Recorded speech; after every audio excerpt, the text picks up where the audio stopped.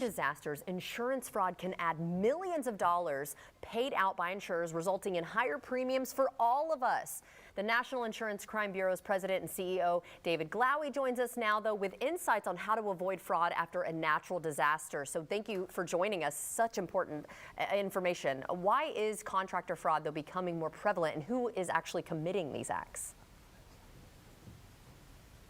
Yeah, thank you for having me. The National Insurance Crime Bureau, we've been around for over 110 years. We partner with federal, state, and local law enforcement officers. We have offices in Florida and Miami specifically to help Floridians. In 2022, we had $99 billion of insured losses. And in the state of Florida, from Hurricane Ian, we estimated around $60 billion. Of that, 10%, we believe, goes to insurance fraud, criminal enterprises operated in Florida, which is about a $6 billion criminal enterprise. Jeez. I hate to hear that. And of course, we're getting into or close to hurricane season. It is upon us. So what steps should homeowners be taking right now? And how can preparation help reduce chances of becoming, or chances, I should say, of becoming a victim? So the National Insurance Crime Bureau, we partner with the state of Florida, specifically Governor DeSantis and CFO Jimmy Patronis. This is Contractor Fraud Awareness Week, and they signed a proclamation to partner with us to combat these enterprises they operate in the state of Florida.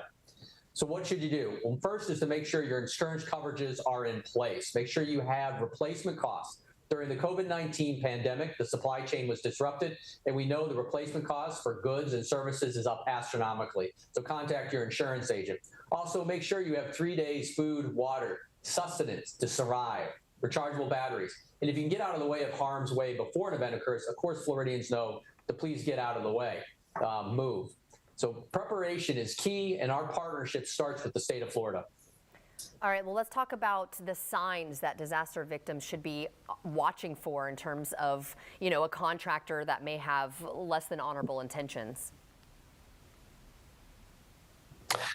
As I mentioned earlier, that we are in the state of Florida investigating these events. After Hurricane Ian, within 72 hours, we gave the state of Florida investigators a list of 36 fraudulent contractors operating within the state to ensure that they are not victimizing Floridians. So what should you do?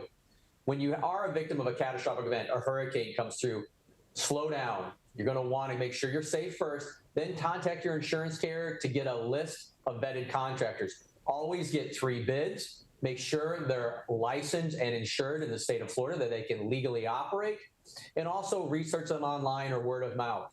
The key is slowing down before you get involved and sign a contract with a contractor and vet them thoroughly. You're not going to get the repairs and replacements done overnight. It's going to be a marathon, not a sprint. Okay, well, where can we go for more information on all of this?